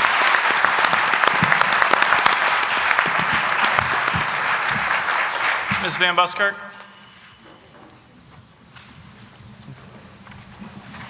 Good evening, County Council. I am Lisa Van Busker from Start School Later, Anne Arundel County. I would like to ask any member of the audience who supports healthy and safe school hours for all students, even if they don't always particularly like the latest AACPS proposal, to please stand. I also represent the over 4,000 signatories of a petition asking AACPS to start school after 8 a.m. And I'm providing written testimony from 5 pediatrician practices supporting later middle and high school start times. Do I like the latest proposal from AACPS regarding what they intend to do with the requested $1.4 million? Honestly, no. I think they can do better, especially when they put to use the software you bought for them last year, and I promise to keep after them until they do so.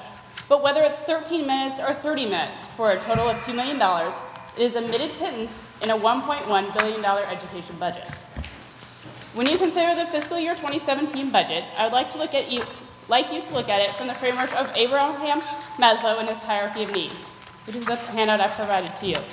For those unfamiliar with Maslow, his hypothesis is that people are continuously striving to improve their personal fulfillment and goals.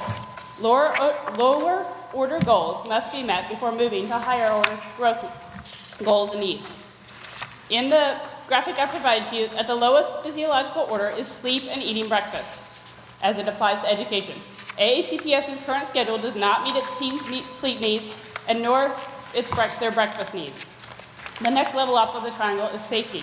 AACPS's current schedule creates unsafe conditions for students in the morning as a result of the county's dark winter roads and drowsy drivers. Before AACPS can spend money on the nice-to-haves at the top of the triangle, it must address the lowest order physiological and safety needs of its students by funding later start times at the maximum dollar value. Teachers also have Maslow needs. Their pay falls under their basic physiological need, as they need to pay for their own food, shelter, and clothing. Please fund their step increases. Adequate facilities for learning are also a lower level Maslow need. Please follow the MGT priorities for school construction projects. There are many deserving programs in the proposed budget, but if the county cannot fund a budget that meets the lowest two levels of Maslow hierarchy, then the rest of the money is wasted. Thank you. Thank you. Ms. Lewin, Mr. Lewin, followed by Ms. Carter. Good evening. I'm Dr. Daniel Lewin. I'm Associate Director of the Sleep Medicine Program at Children's National Medical Center in Washington, D.C. I'm here to voice enthusiastic support for a significant delay in Anne Arundel high school start times, as optimal sleep health and school start times are a health imperative. Centers for Disease Control and Prevention, the American Medical Association, the American Academy of Pediatrics have identified sleep loss in adolescents as one of the most important public health issues facing our nation.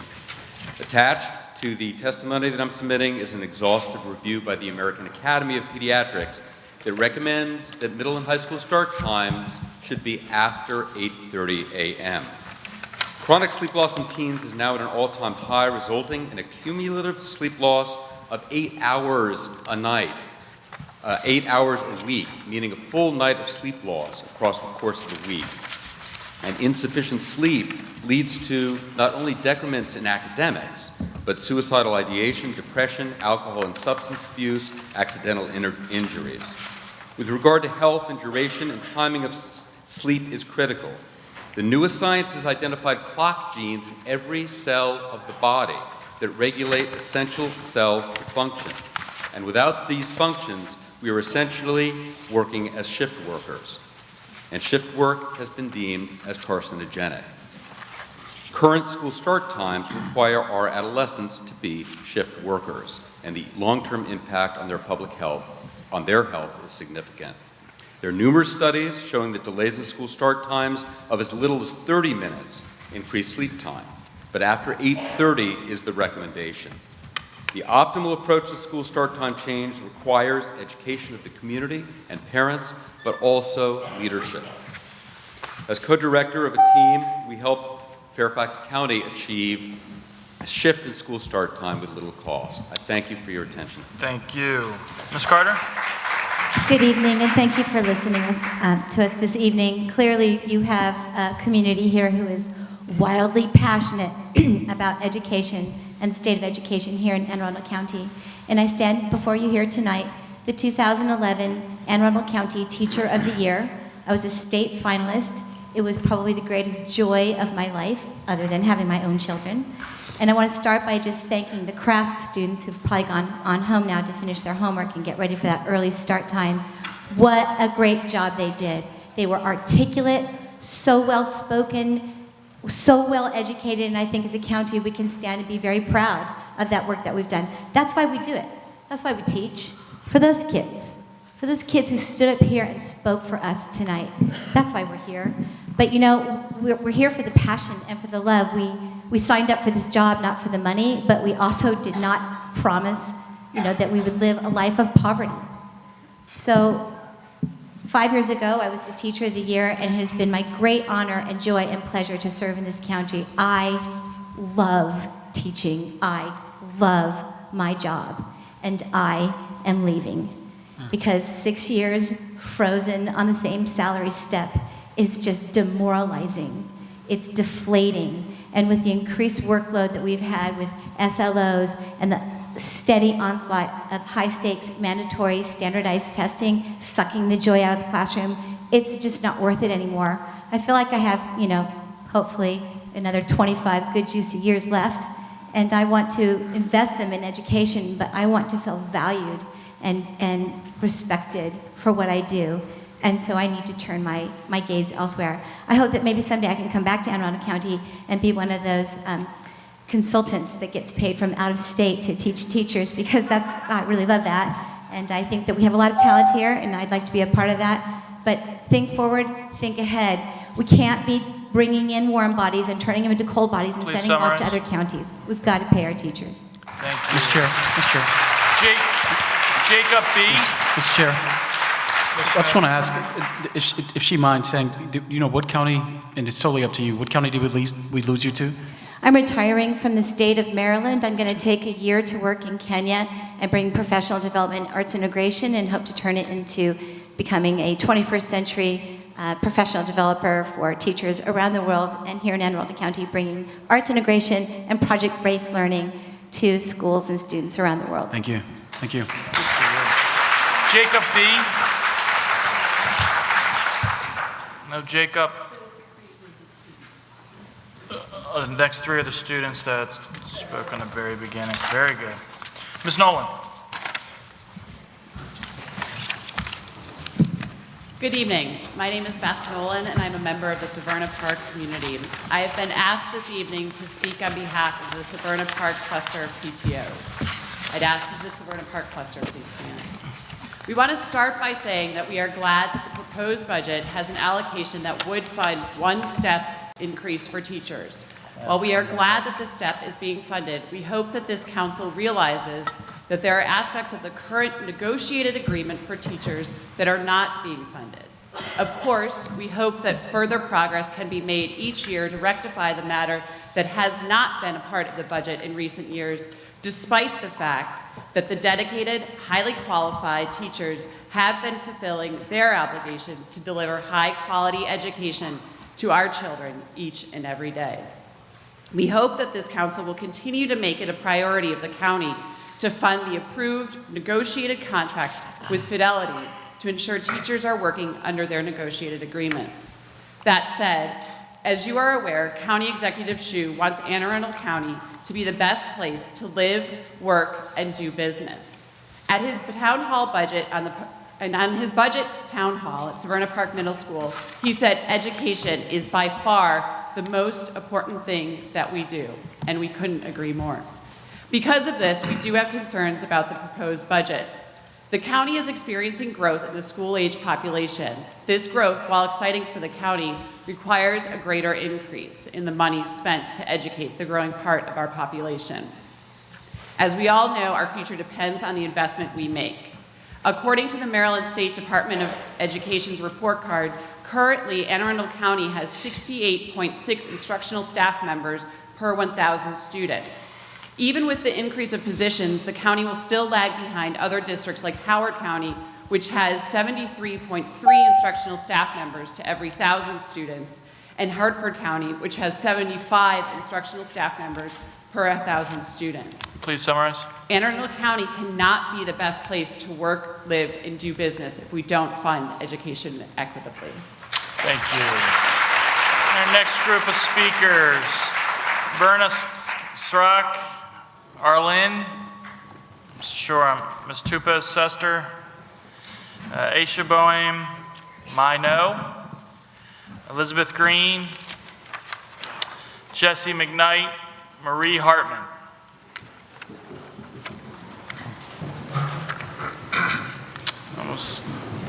My name is Berna Schrock. I've been at school health for 24 years.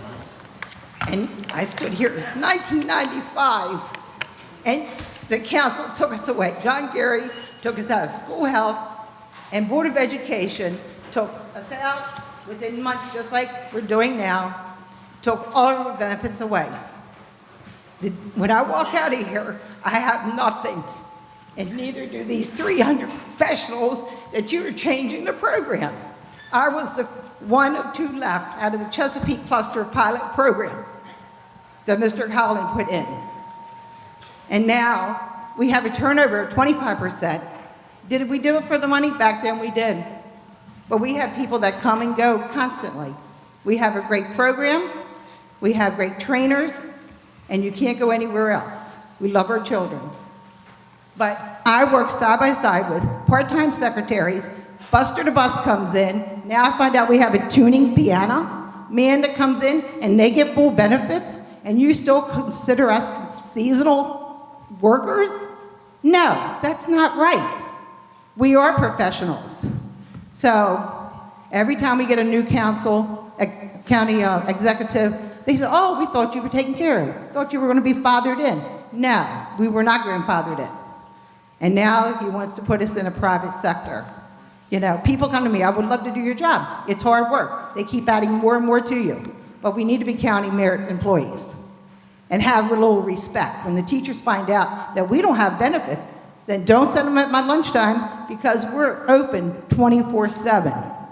I also volunteer at my schools. I was at Bakken Elementary for almost 14 years and attended Freetown. And my heart is with these people. So you all have to work a little bit harder to talk to Mr. Shu. And I bet you his cleaning lady gets more per hour than we do. That's wrong. Ms. Tupas-Sester, followed by Ms. Boehm.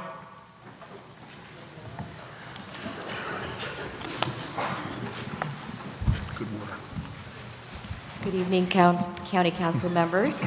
My name is Arundel Tupas-Setzer, and I'm here on behalf of the international families with children attending our county's public school system. Currently, we have close to 8,000 students from various international communities. Thank you, Mr. Shu, I don't see him here, for all the green budget items as requested by the Board of Education. Thank you for making our Teachers STEPS program and our schools a priority this year. My daughter and I are relatively new transplants here in Anne Arundel. When we moved here, we were impressed with the programs of choice and made it our priority to join one of these programs. She's now a 7th grader in the performing and visual arts and loving it. But tonight I'm here representing the international families whose transition into AACPS wasn't as seamless as ours. Foreign families moving here are often overwhelmed because they're unfamiliar with the U.S. educational system.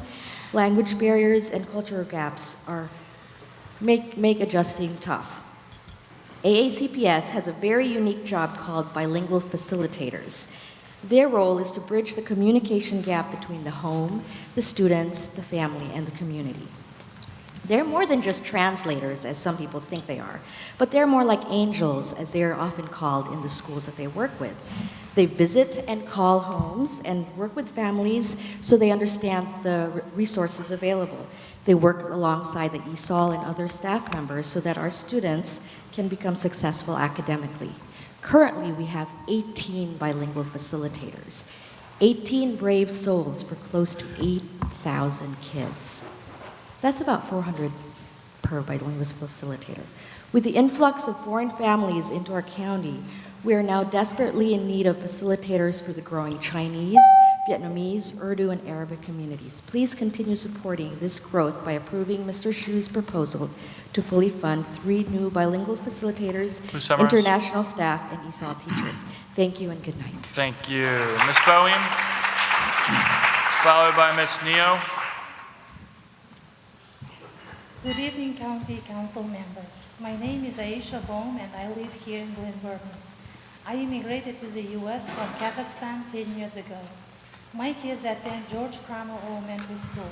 First of all, I would like to thank Mr. Shu for including George Kramer Elementary School in his budget proposal to renovate our school building. I would like to ask the County Council members to approve this budget.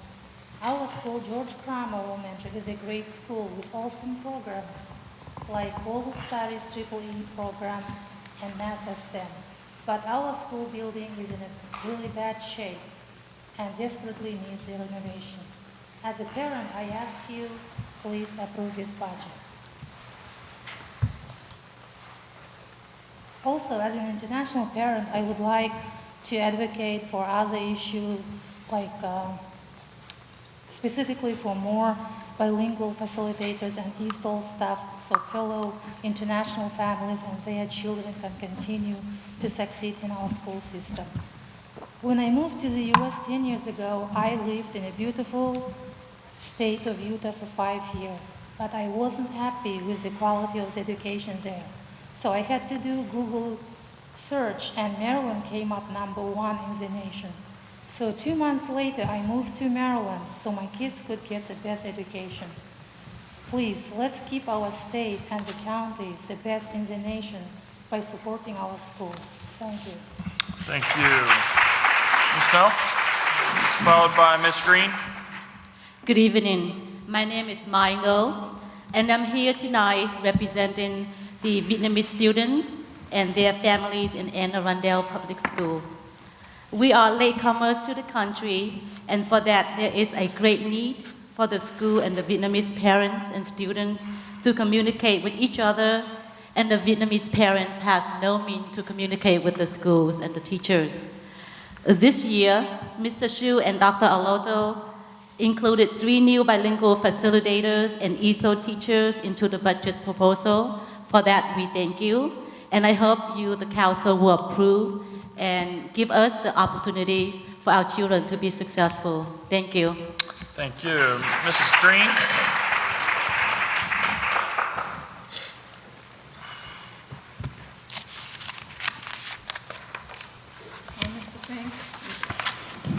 Smith, and members of the County Council, my name is Elizabeth Green, and I've been a home and hospital teacher for 20 years. This is my full-time job and my primary source of income. Last year, my teaching income was $25,600. I teach mostly high school students. I take as many students as I can. When teaching gets really heavy, I am teaching from 9 in the morning till 9 at night.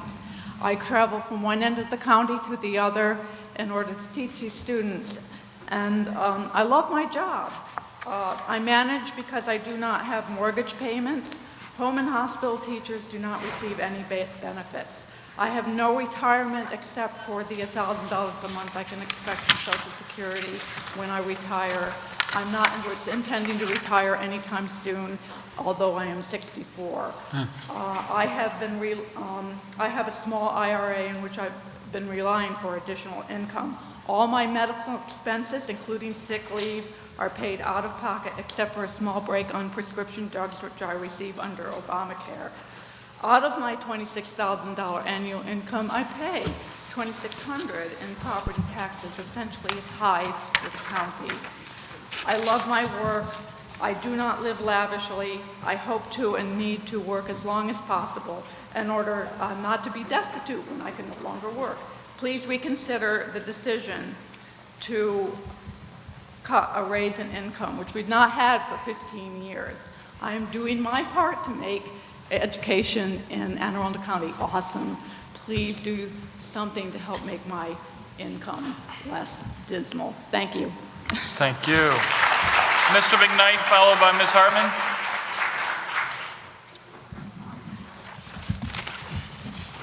Good evening, gentlemen. My name is Jesse McKnight. I'm a resident of Cape St. Clair, father of 2, one of whom is in the STEM program down at South River Middle School, and that's what I'd like to speak about tonight. We moved out here about 8 years ago, in no small part because of the school systems. We moved from Northern Virginia, my wife and I, and we've got 2 great kids. They get good grades. They do well, but I'd be lying if I said that they were academics. One of the things that STEM has done for our 6th grader is it has married the academics to the real-world application. So I guess primarily I'm here to say thank you for initiating the program, putting it on the map, and making it move forward. It provides the so what behind academics, and I think that's what drives the kids. I know that he doesn't come home and isn't really excited about talking about school Monday through Friday. STEM Saturdays and on the field trips on which they go, he comes home, he's excited to go to school on Saturday. This is a 6th grader we're talking about. It's mind-boggling to me, but it's a big deal. It matches the passion and the interest that these kids should have for school. And I just wanted to say thank you and look forward to the continued support for the program. Thank you. Thank you. Ms. Hartman, I'm guessing you're happy to hear he's excited for school at 6 on Saturdays? We run a lot of them. And thank you, gentlemen, for your time and hearing us out. I do just want to reinforce everything that Mr. McKnight just said. And I am pleased and proud to say that this is the 3rd year I've been here. We are now a full tilt, fully cohorted STEM Middle Magnet, the first of the 3 sister schools ready to go. As you know, Lindale is following behind, and then Central. I need to say simply that thank you, first of all, for considering this a priority in this county through programs of choice. And also, thank you for including those step raises. Our teachers work extremely hard, and if it weren't for the talent pool, we would not have the program. It's that simple. The only thing I wanted to do was give you a very brief update because it's a long night. I need you to know that we are still serving, our service numbers originally at 300 are down a little simply because some people join the program and move out of the county, can't follow where they go. But in any event, we have some amazing STEM 8th graders. We have about 78 of them getting ready to matriculate to high school. I thought you'd like to know that about 23% of that cohort have accepted seats in STEM magnet programs or in programs of choice. So we have reached out to see that transition move on, going through the lottery process again. And you do need to know that another 34% of those students who have to return to their home schools, their home high schools, are still interested in pursuing STEM studies, even if it won't be through the venue of programs of choice. We have struck a chord with these children, and I do believe that the work we're doing in elementary and middle is really paving the path for our future workforce here in the county and state. And thank you so much for continuing this. We appreciate your support. Come see us for an amazing Changemaker event we're going to do on May the 24th. I'll be happy to send you some invitations. Our children have built a homemade planetarium, and they will be sharing it with other students, not only in our school, but with some youngsters from around the county. So thank you again. Thank you. And that concludes our folks that have signed up. If there's anyone else wishing to come up front, we do have seats for 10 individuals. This will be last call.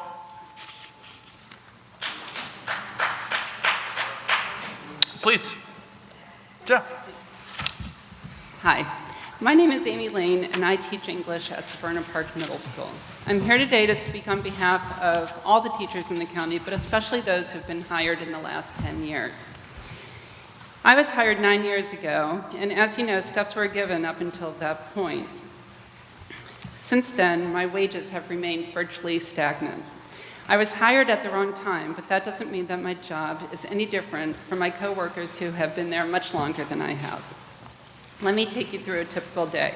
I wake up at 5:30, often to arrive school at 6:30, preparing for my day. I teach all my classes, have a brief lunch, and then I have my planning periods. This is not time at the water cooler. We are meeting with other teachers. We are meeting with special educators to plan for our differentiated instruction. We are taking professional development. And then we maybe have a few minutes at the end of the day to tidy up our room and make a few copies, which means we're often staying there till about 5 o'clock at night. I'm sure my coworkers could attest to that as well. This means that I go home, make dinner for my family, put my own children to bed, help them with homework before that. And then I spend the rest of the night usually grading papers and creating more curriculum. And then I wake up and do it all over again. In addition to this, I help to write the English curriculum for the county, the grammar curriculum for the county. I advised the school newspaper for 8 years. I founded the school's literary magazine, which means after-school work as well. I went to the University of Michigan undergrad and got an English degree, and I went to the University of Minnesota for grad school, and I continue to take classes and educate myself. For all this, I make less than a brand new teacher at Howard County. To me, this is like telling a student that they should work as hard as they can, put in as much effort as they can, but they will never, ever earn more than a D in the class. We would never tell this to our students, so why are we sending this message to our teachers? Thank you. Thank you to everyone that came out tonight to speak. Is there anyone else wishing to speak? Please come forward. Yep. Hi, I'm Susan Green. I'm a nurse here for North County High School. I started here 10 years ago after I was given a promotion in the private sector.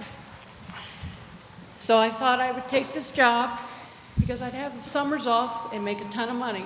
I had 27 years experience as a nurse, started out in the ICU, and had 2 degrees.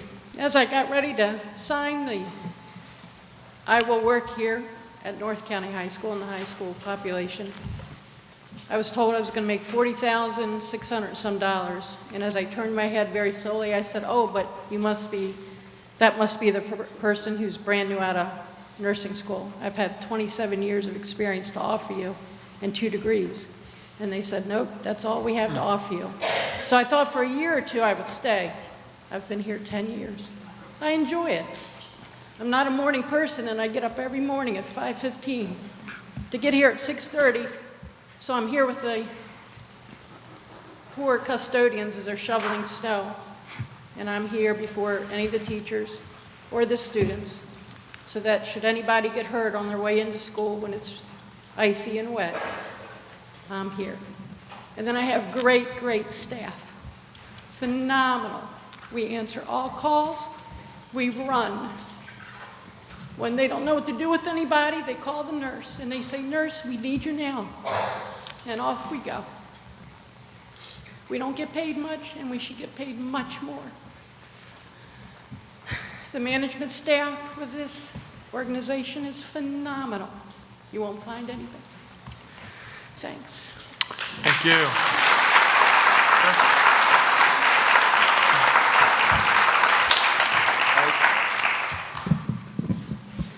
Good evening, everyone. My name is Matthew Snack. I'm a teacher at Severna Park Middle School here in Anne Arundel County.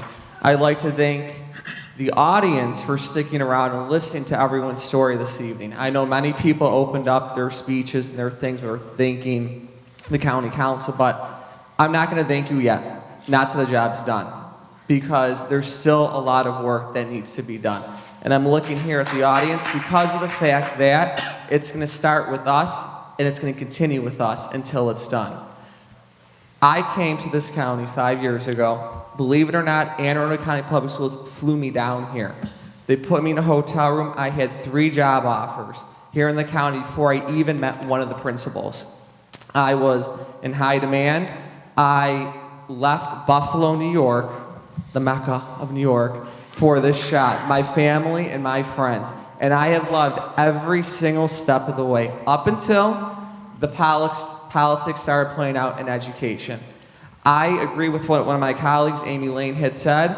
I don't accept for the minimal. I'm a hard worker, and I expect that of not only my students, but every other adult that has an effect on our career that I work with and sitting up on the stage.